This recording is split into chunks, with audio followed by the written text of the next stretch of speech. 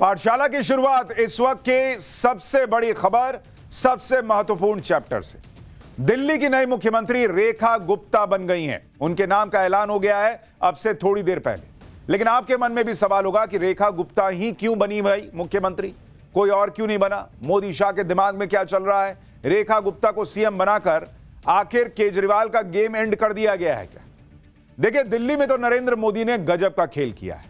CM के नाम को लेकर इतना सस्पेंस चल रहा था और यह सस्पेंस खत्म हुआ रेखा गुप्ता के नाम पर जाकर। रेखा गुप्ता दिल्ली की नई मुख्यमंत्री होंगी, इसका ऐलान कर दिया गया है। वैसे नाम तो बहुतों के चल रहे थे और कई दिनों से चल रहे थे, लेकिन सबको यह पता था कि नरेंद्र मोदी लास्ट मिनट में सबको चौंका देंगे और ऐसा नाम सामने आएगा कि सबका मुंह खुला का खुला रह जाएगा। वही हुआ। जब नाम सामने आया तो लोग कहेंगे, अरे कौन रेखा गुप्ता? दिल्ली में आज बीजेपी विधायक दल की मीटिंग हुई और इस मीटिंग में बीजेपी के 2 केंद्रीय पर्यवेक्षक गए।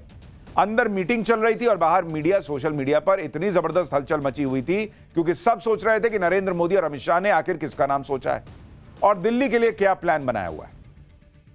जब विधायक दल की मीटिंग के बाद नाम सामने आया तो जो भी लोग अपना गणित लगाकर बैठे थे, सारा समीकरण फेल हो गया। अब समीकरण बैठा है कि भाई रेखा गुप्ता बन गई दिल्ली की नई मुख्यमंत्री। इसके पीछे की प्लानिंग क्या है, आज आपको यह विस्तार से बताऊंगा। लेकिन कैसे रेखा गुप्ता के नाम का ऐलान होने पर उनके घर पर जश्न हो रहा है, पहले उसकी तस्वीरें आपको दिखाता हूं। रेखा गुप्ता के नाम का ऐलान होते ही उनके घर में जश्न शुरू हो गया। आतिशबाजी होने लगी, घर परिवार और पड़ोसी सब झूमने लगे। जरा इस जश्न की तस्वीरों को देखिए, एक बार दिखाइए कैसे वहां जश्न मन रहा है।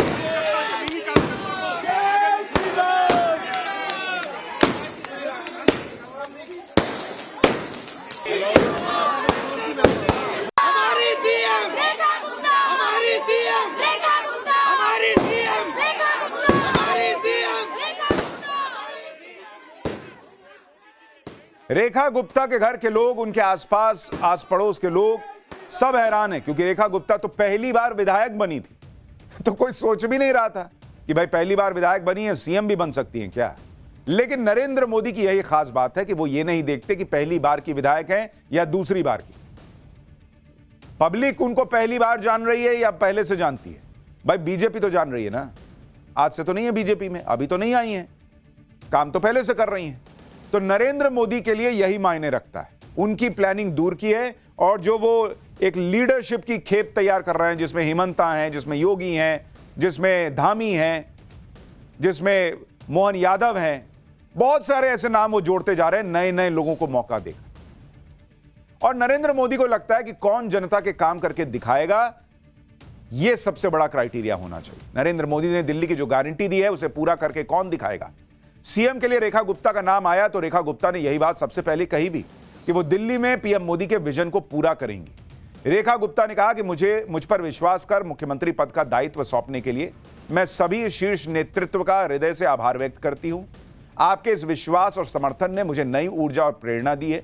सीएम चुने जाने के बाद रेखा गुप्ता ने टाइम्स नाउ और भारत से क्या कहा है, एक बार वो भी सुनिए। बहुत बड़ा काम आपको पार्टी ने दिया है, क्या कहना चाहेंगे? धन्यवाद अपने शीर्ष नेतृत्व को, आदरणीय मोदी जी को, दिल्ली की जनता को। कितना बड़ा दायित्व आपको दिया गया है पार्टी द्वारा, आपको लगता है जिम्मेदारी बहुत है? अगर दायित्व भी दिया गया तो जिम्मेदारी भी बहुत है। बिल्कुल जिम्मेदारी है, बिल्कुल। पहला काम आप लोग क्या करने वाले हैं? यमुना का सफाई तो शुरू हो गई है रेखा जी। दिल्ली के लिए जो मोदी जी का विजन है उसको पूरा करना ही हमारा सर्वप्रथम उद्देश्य है। तो आपको इसके बाद आप अभी राजभवन जा रही हैं, उसके बाद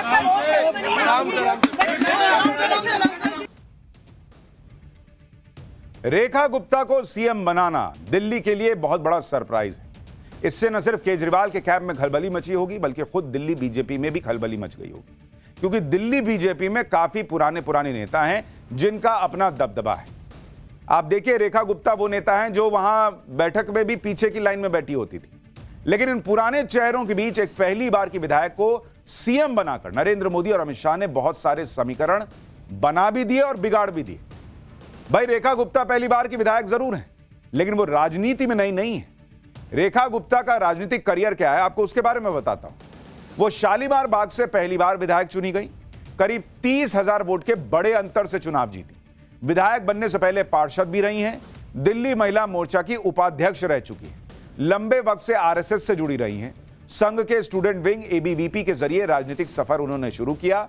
मूल रूप से हरियाणा की रहने वाली हैं, यानी पॉलिटिक्स में नहीं आई हैं, पहले से रही हैं, संघ से जुड़ी रही हैं। अच्छा, कई बहुत सारे संघ के लोग पहले से कह रहे थे 3-4 दिन से कि भाई रेखा गुप्ता जो है वो बन सकती है। रेखा गुप्ता ने दिल्ली में खूब राजनीति की, यहीं से राजनीति सीखी। दिल्ली यूनिवर्सिटी से ही उन्होंने राजनीति में एंट्री कर ली थी। आज जब रेखा गुप्ता का नाम सीएम के तौर पर आया तो महिला कांग्रेस के अध्यक्ष अलका लांबा ने एक पुरानी तस्वीर शेयर की, जिसमें अलका लांबा रेखा गुप्ता के साथ दिख रही हैं। यह तस्वीर 1995 की है, 1995, जब रेखा गुप्ता दिल्ली विश्वविद्यालय छात्र संघ चुनाव में महासचिव पद पर जीती थी और अलका लांबा अध्यक्ष बनी थी। तब दोनों ने एक साथ शपथ ली थी। तो ऐसा होता है कि जब आप कुछ बड़ा नाम कर लीजिए तो लोग पुरानी फोटो डालते हैं याद दिलाने के लिए। तो अलका लांबा भी पुरानी फोटो डाल रही हैं। लेकिन मैं आपको यही बात कह रहा था कि नरेंद्र मोदी की पॉलिटिक्स इस हिसाब से नहीं चलती कि पब्लिक इस आदमी को पहले से जानती है कि नहीं जानती है, देश इसका नाम सुन रखा है कि नहीं रखा है, मीडिया वालों ने इसका नाम लिया या नहीं लिया। भाई वो 95 में सोचिए छात्र संघ का चुनाव लड़ रही है, आज 2025 हो गया। तो भाई 20-30 साल से जो आदमी, जो महिला काम कर रही है, उसको आज जाकर इतनी मेहनत का फल मिल रहा है। वैसे दिल्ली में महिला सीएम पहली बार नहीं बनी। रेखा शर्मा के तौर पर दिल्ली को अपनी चौथी महिला सीएम मिली। इससे पहले सुषमा स्वराज दिल्ली की मुख्यमंत्री रह चुकी हैं। कांग्रेस की शीला दीक्षित 15 साल तक दिल्ली की सीएम रही थी। इसके बाद आम आदमी पार्टी से आतिशी 4 महीने 18 दिन सीएम रही। रेखा शर्मा दिल्ली की चौथी महिला सीएम होने जा रही। लेकिन रेखा गुप्ता को सीएम बनाकर नरेंद्र मोदी, अमित शाह ने वो काम किया जो बीजेपी और एनडीए शासित 20 राज्यों में नहीं हुआ। दिल्ली समेत 21 राज्यों में बीजेपी और एनडीए की सरकार है। इनमें से किसी भी राज्य में मौजूदा वक्त में मुख्यमंत्री महिला नहीं है। दिल्ली में महिला सीएम चुनकर बीजेपी ने नया राजनीतिक ट्रेंड सेट कर दिया है। हालांकि बीजेपी ने कई राज्यों में डिप्टी सीएम महिला को बनाया है। उड़ीसा, राजस्थान, बिहार समेत कई राज्यों में डिप्टी सीएम महिला हैं या रही हैं। लेकिन महिला सीएम बीजेपी शासित राज्य में पहली बार हाल के दिनों में होने जा रही है। रेखा गुप्ता को ही नरेंद्र मोदी ने क्यों दिल्ली के सीएम के तौर पर सेलेक्ट किया, उसकी इनसाइड स्टोरी भी आपको समझनी चाहिए। कहा जा रहा है कि पहली वजह तो यह है कि महिला सीएम बनाकर पीएम मोदी पूरे देश की महिला वोटर्स को बड़ा मैसेज दे रहे हैं। साथ ही दिल्ली के महिला वोटर्स को भी मैसेज दे रहे हैं। इसी साल बिहार में चुनाव है और बिहार में महिला वोटर के दम पर नीतीश इतने सालों से मुख्यमंत्री हैं। तीसरी वजह, दिल्ली में महिलाओं का वोट निर्णायक रहा। पूरा चुनाव ही महिला वोटर्स के लिए लड़ा गया। यह भी बड़ी वजह रही कि रेखा गुप्ता का नाम सामने आया, जो खुद एक महिला है। तो जिन महिलाओं ने बीजेपी को वोट किया, एक तरह से उनका सम्मान किया गया है कि भाई आपके बीच से ही एक महिला को सीएम बनाने देखिए। चौथी वजह, रेखा गुप्ता व्यापारी वर्ग से हैं और दिल्ली में व्यापारी वर्ग का बड़ा प्रभाव है। केजरीवाल भी व्यापारी वर्ग से आते थे। पांचवी वजह, रेखा गुप्ता जिस शालीमार विधानसभा से विधायक हैं, उसके आसपास काफी झुग्गी बस्ती भी, झुग्गी बस्ती के वोटर्स को भी साधने का काम करेगा ये। और सीधा सीधा मतलब ये होगा कि भाई जो झुग्गी बस्ती का वोटर है, जो केजरीवाल का कोर वोटर कहा जाता था, वो जो अभी उनसे सटा हुआ है वो भी हटेगा। और जिसने छोड़ा केजरीवाल को और बीजेपी के साथ आया, उसको भी ये मैसेज दिया गया कि देखिए उस इलाके की महिला को सीएम बना रहे हैं जो झुग्गी बस्ती के बीच का इलाका है। तो बहुत सोच समझकर यह निर्णय लिया गया है, ऐसा लगता है। सीएम का सिलेक्शन करने में नरेंद्र मोदी की खास बात यह है कि वो अपनी अलग लाइन खींच देते हैं। भाई देखिए, बीजेपी ने एक चीज तो कर दी अच्छी, कि पहले एक जमाने में क्या होता था, कोई पार्टी चुनाव जीतती थी तो यह होता था कि भाई उस पार्टी का जो सबसे सीनियर नेता होगा वही सीएम बन जाएगा। नरेंद्र मोदी ने कम से कम यह सिस्टम कर दिया है कि इलेक्शन का रिजल्ट आने से लेकर सीएम बनने तक बीजेपी का हर विधायक यह सोचता है कि यार मेरा नंबर भी आ सकता है मोदी राज में, क्योंकि पहली बार का विधायक भी बन जा रहा है, दूसरी बार का भी बन जा रहा है और कोई वेटरन भी बन जा रहा है। तो सबकी उम्मीद बनी हुई। और पहली बार का विधायक अगर सीएम बनता है, और ये पहली बार तो हो नहीं रहा कि बन रहा है, तो पहली बार के विधायक को सीएम बनाने का मतलब है कि आप कार्यकर्ताओं में जोश भर देते हैं कि यार मैं भी मेहनत करूंगा, मैं भी कभी विधायक बनूंगा, तो हो सकता है पहले बार में ही मेरा नंबर आ जाए। पार्टी का काडर जो है वो पंप्ड रहता है। बड़े बड़े चेहरों की धूम के बीच नरेंद्र मोदी कोई ऐसा नाम सामने लेकर आ जाते हैं जिसके बारे में कोई सोचता भी नहीं, क्योंकि नरेंद्र मोदी ये देख चुके हैं कि परसेप्शन से पॉलिटिक्स नहीं चलती। भाई नरेंद्र मोदी को जब गुजरात का सीएम बनाया गया, वो तो दिल्ली में बैठे हुए थे, एक तरह से वनवास चल रहा था उनका पॉलिटिकल, लेकिन किसी ने तो भरोसा दिखाया, नरेंद्र मोदी को सीएम बनाया। नरेंद्र मोदी ने काम करके दिखाया। सीएम से सीधा पीएम, पीएम से पीएम, लगातार पीएम बने हुए हैं। जैसे रेखा गुप्ता पहली बार ही विधायक बनी, सीएम बना दिया। वैसे ही कई बार पहले भी हो चुका है कि पहली बार या दूसरी बार के विधायक बड़े नेता को पछाड़कर सीएम बन गए। मैं आपको कुछ उदाहरण बताता हूं, जैसे आपको अभी याद आ जाएगा कि कहां कहां ये हो चुका है। आप कहेंगे अरे बॉस ये तो हो ही रहा है। जैसे अगर आप देखेंगे बीजेपी के सीएम, अभी आपने देखा राजस्थान में, वहां पे भजन लाल शर्मा सीएम बने। वो कितनी पहली बार के विधायक। इसी तरह से आप गुजरात में देखिए, गुजरात के अंदर भूपेंद्र पटेल को सीएम बनाया। वो सेकंड टाइम विधायक थे, सेकंड टाइम एमएलए थे। ओडिशा में आप देखिए, ओडिशा में बीजेपी ने, नरेंद्र मोदी ने मोहन चरण मांझी को बनाया। मोहन चरण मांझी, ये भी सीएम बने, सब चौंक गए। ये भी दूसरी बार के एमएलए थे। इसी तरीके से आप देखिए त्रिपुरा, माणिक साहब पहली बार के विधायक, उनको सीएम बना दिया। रेखा गुप्ता के सीएम चुने जाने पर अरविंद केजरीवाल ने भी उन्हें बधाई दी। अरविंद केजरीवाल ने कहा कि दिल्ली की मुख्यमंत्री बनने पर रेखा गुप्ता जी को बहुत बहुत बधाई। मैं उम्मीद करता हूं कि दिल्ली की जनता को किए गए सारे वादे वे पूरे करेंगी। दिल्ली की जनता के विकास और भले के हर कार्य में उन्हें हम सहयोग करेंगे। सुनिए रेखा गुप्ता के सीएम बनने पर दिल्ली की पूर्व सीएम आतिशी ने क्या कहा है। मैं रेखा गुप्ता जी को बहुत बहुत बधाई देना चाहूंगी और मैं उम्मीद करती हूं कि जो जो वादे भारतीय जनता पार्टी ने दिल्ली के लोगों को किए हैं, उन वादों को वो जरूर पूरा करेंगी। और मैं रेखा गुप्ता जी को आम आदमी पार्टी की तरफ से ये भी कहना चाहूंगी कि दिल्ली वालों के विकास के लिए उन्हें कोई भी मदद, कोई भी समर्थन आम आदमी पार्टी की तरफ से चाहिए हो तो उनको हमेशा मिलेगा, जरूर मिलेगा। दिल्ली के विकास के लिए आम आदमी पार्टी विपक्ष में बैठ के मदद करेगी। सत्ता में रहते इनसे काम नहीं हो पा रहा था, कह रहे थे एलजी काम नहीं करने दे रहे हैं। अब दूसरे को कह रहे हैं कि तुम्हारा काम करने में मैं मदद कर दूंगा। आप इस बात को भी समझिए कि एक महिला को दिल्ली का सीएम बनाना महिला वोटर्स के लिहाज से कितना बड़ा मैसेज है और केजरीवाल की पॉलिटिक्स को खत्म करने का कितना बड़ा प्लान है। आप आंकड़े देखेंगे तो हैरान रह जाएंगे। भाई आप देखिए दिल्ली के अंदर, यह मामूली बात नहीं, आपको बता रहा हूं, स्ट्रैटेजी समझिए कि रेखा गुप्ता ही क्यों। दिल्ली अगर आप देखेंगे महिला वोट, अगर आप देखेंगे, और ये बीजेपी का आपको बता रहा हूं, बीजेपी को 2020 में महिला वोट कितना मिला था? 35%। लेकिन 2025 में बीजेपी के जीत में बड़ी भूमिका रही इन महिलाओं की। 8% वोट शेयर बीजेपी के लिए महिलाओं का बढ़ गया बॉस। तो जिन महिलाओं ने बीजेपी पर भरोसा किया, उनके भरोसे को कायम रखा गया रेखा गुप्ता को सीएम बनाकर। इस लिहाज से यह बड़ा इंपॉर्टेंट है क्योंकि केजरीवाल के लिए कहा जाता था कि महिलाएं जो हैं वो केजरीवाल के लिए वोट करती हैं। इस बार इस बीजेपी ने, आम आदमी पार्टी और बीजेपी को जो महिलाओं का वोट मिला उसका अंतर घटाकर मात्र 2% कर दिया।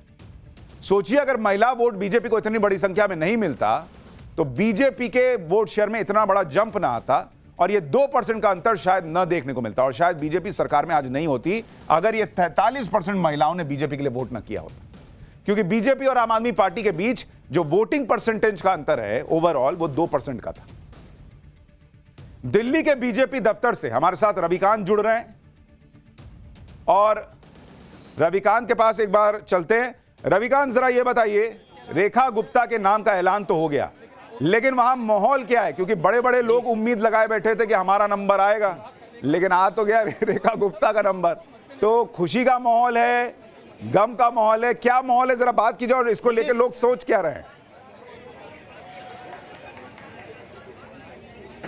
देखिए सुशांत, गम का माहौल तो बिल्कुल नहीं है, खुशी का माहौल है, लेकिन थोड़ा सा सरप्राइज एलिमेंट इस बार भी बीजेपी ने रखा। लेकिन जो महिलाएं हैं उनके चेहरे पर मुस्कान है। देखिए भारतीय जनता पार्टी के कार्यकर्ता योगिता जी हैं, एक महिला को मुख्यमंत्री बनाने का फैसला लिया आलाकमान में। शीर्ष नेतृत्व का हमारे आदरणीय प्रधानमंत्री नरेंद्र मोदी जी का बहुत बहुत आभार है कि उन्होंने नारी सशक्तिकरण का बहुत सुंदर उदाहरण पेश किया। हमारे प्रधानमंत्री जी कहते हैं कि हम विमेन लेड गवर्नमेंट है, तो उसका ये उदाहरण है। आपको लगता है कि बाकी विधायक जो उम्मीद पाले थे उनकी उम्मीदों पर पानी फिर गया है? नहीं, ऐसा नहीं है, सबको उचित मौका मिलेगा, पर महिला को मौका देकर ये बात को मैसेज भी है पूरे देश को, क्योंकि देश की राजधानी है ये दिल्ली। इसको देश नहीं विश्व देखता है और महिला नेतृत्व। अच्छा रविकांत, एक दो चीजें और बताइए। आप लोग खुश हैं महिला मुख्यमंत्री दिल्ली को मिल रही है? हम बिल्कुल बहुत खुश हैं। जी रविकांत, एक दो चीजें और बताइए। मुख्यमंत्री के नाम का तो ऐलान हो गया है, डिप्टी सीएम कहा जा रहा था कि डिप्टी सीएम भी बनेंगे, कुछ खबरें थी कि परवेश वर्मा डिप्टी सीएम बन सकते हैं, स्पीकर कौन बन सकता है, ये सब कुछ पता चला है क्या?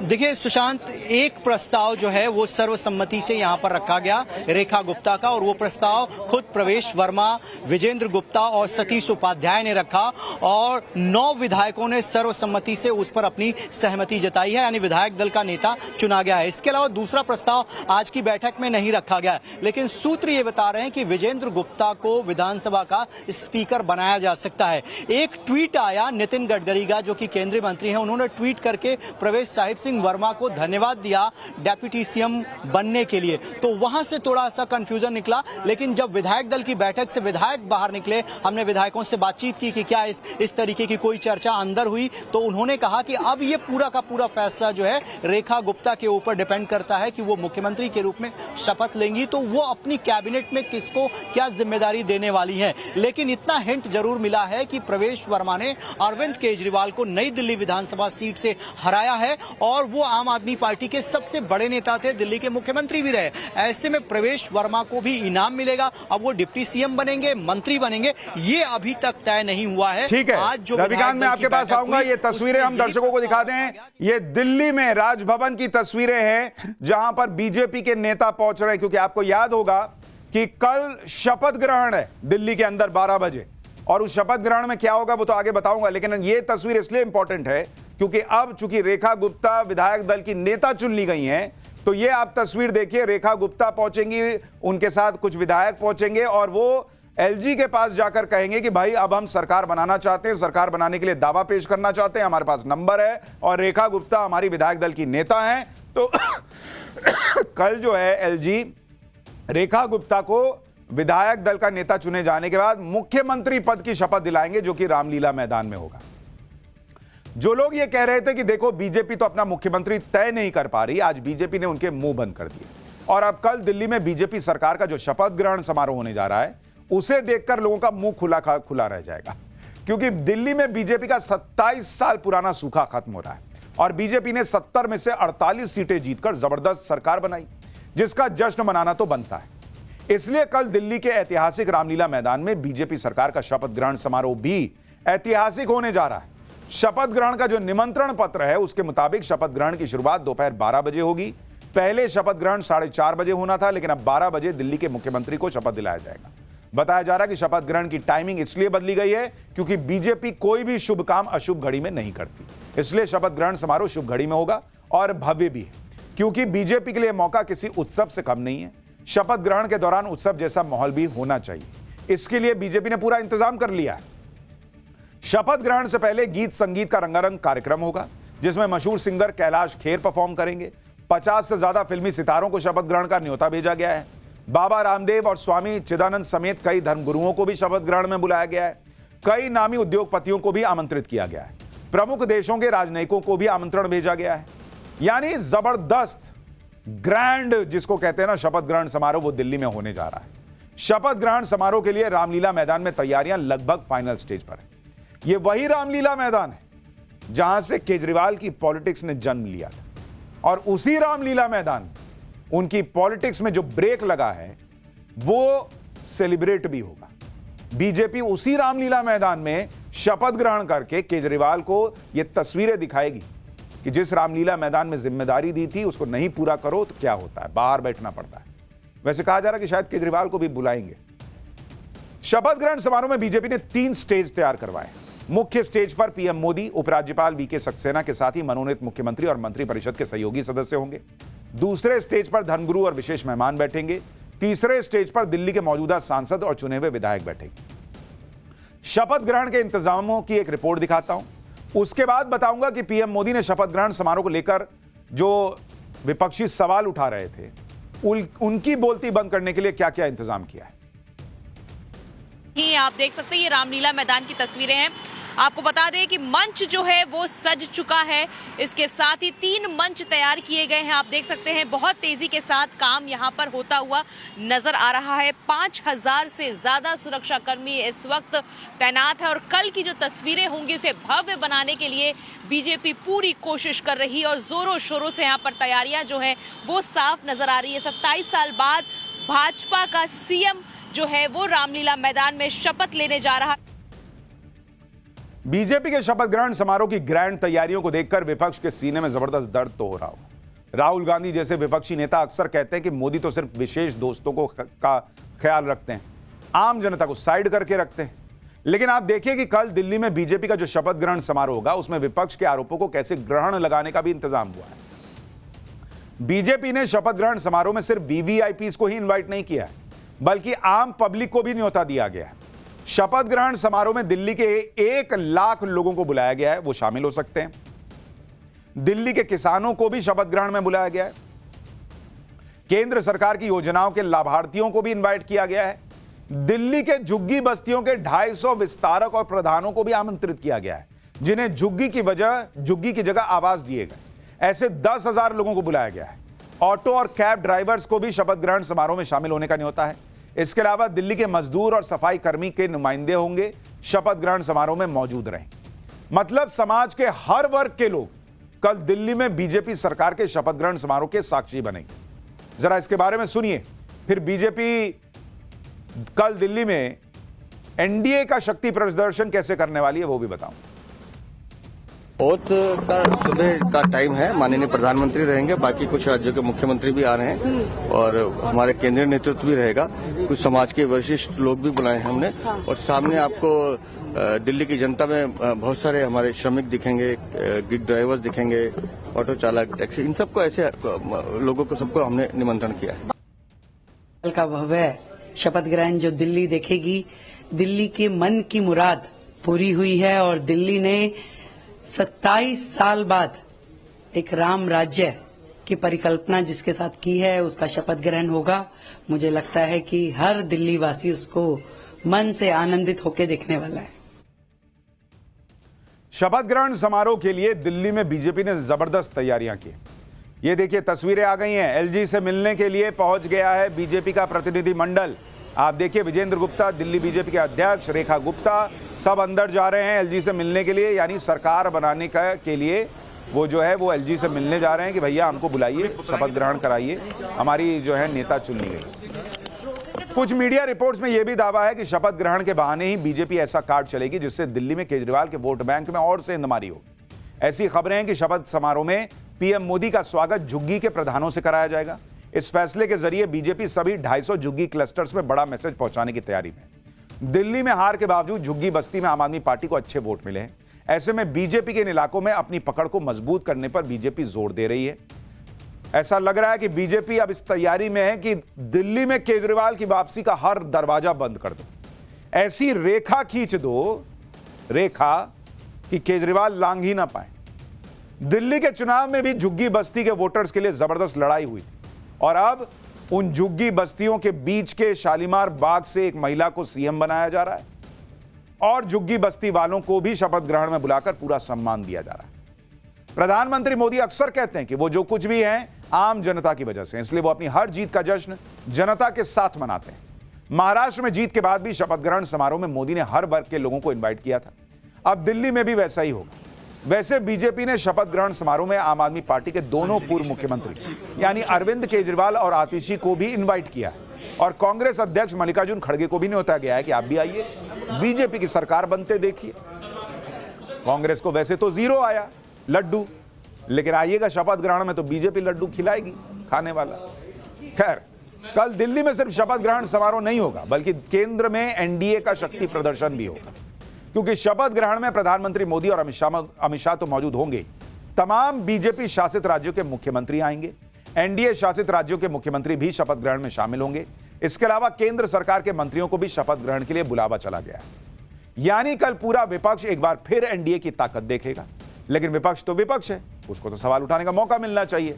विपक्ष कह रहा है कि बिहार के मुख्यमंत्री नीतीश कुमार शपथ ग्रहण पर नहीं आ रहे, लेकिन सच यह कि खुद नीतीश कुमार बिहार में चल रही प्रगति यात्रा की वजह से शपथ ग्रहण में शामिल नहीं होंगे। लेकिन बिहार के दोनों डिप्टी सीएम कार्यक्रम में मौजूद रहे। विपक्ष यह भी कह रहा है कि यूपी के मुख्यमंत्री योगी आदित्यनाथ ने भी शपथ ग्रहण से किनारा कर लिया है, लेकिन विपक्ष खुद भी जानता है कि कल यूपी विधानसभा में सीएम योगी को बजट पेश करना है, इसलिए वो शपथ ग्रहण में नहीं आ पाएंगे। यानी जो नहीं आ रहा है उसकी प्रॉपर वजह है, लेकिन माहौल तो बनाना है। बाकी एनडीए के सारे बड़े नेता, मंत्री, मुख्यमंत्री और यहां तक कि उप मुख्यमंत्री भी दिल्ली में बीजेपी सरकार के शपथ ग्रहण में शामिल होंगे और उसके बाद लंच भी करेंगे साथ। दिल्ली की जनता ने 27 साल बाद दिल्ली में बीजेपी को सत्ता सौंपी। बीजेपी ने ऐतिहासिक जीत हासिल की तो ऐतिहासिक शपथ ग्रहण होना तो बनता है, और अब मौका ऐतिहासिक है तो ऐतिहासिक रामलीला मैदान से मुफीद जगह क्या हो सकती थी। इसलिए बीजेपी ने शपथ ग्रहण के लिए रामलीला मैदान को ही चुना, क्योंकि आप देखिए कि 10 एकड़ में फैला रामलीला मैदान कई सांस्कृतिक और राजनीतिक आंदोलनों का गवाह रहा है। मुगल बादशाह बहादुर शाह जफर ने साल 1850 में पहली बार इस मैदान पर रामलीला का मंचन किया था, लेकिन इस रामलीला मैदान की पहचान आंदोलन की जमीन के तौर पर ज्यादा है, जिसने कई बड़े आंदोलन देखे, कई बड़े आंदोलनों को जन्म दिया। साल 1952 में श्यामा प्रसाद मुखर्जी ने कश्मीर के भारत में पूर्ण विलय के लिए दिल्ली के इसी रामलीला मैदान में देशव्यापी सत्याग्रह किया था। साल 1974 में बिहार से शुरू हुआ जेपी आंदोलन इस मैदान में पहुंचा था। इसी मैदान में अपने खिलाफ विरोध प्रदर्शन के बाद इंदिरा गांधी ने आपातकाल लगाया था। इसी रामलीला मैदान में साल 1977 में तत्कालीन विपक्षी दलों ने कई जनसभाएं की थी और इंदिरा सरकार को उखाड़ फेंका था। और अब दिल्ली का यही रामलीला मैदान एक बार फिर ऐतिहासिक पल का हिस्सा बनेगा, जब कल 27 साल बाद दिल्ली में बीजेपी की सरकार का शपथ ग्रहण समारोह होगा और पीएम मोदी रामलीला मैदान से पूरे देश को मैसेज देंगे कि बीजेपी के राज में अब दिल्ली विकास की उन ऊंचाइयों को छुएगी जो इतिहास बनने वाला है।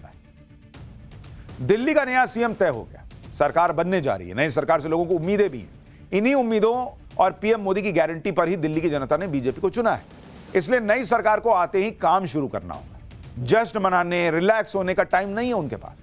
आप देखिए कि दिल्ली में सरकार बनने से पहले ही यमुना की सफाई का काम शुरू हो गया।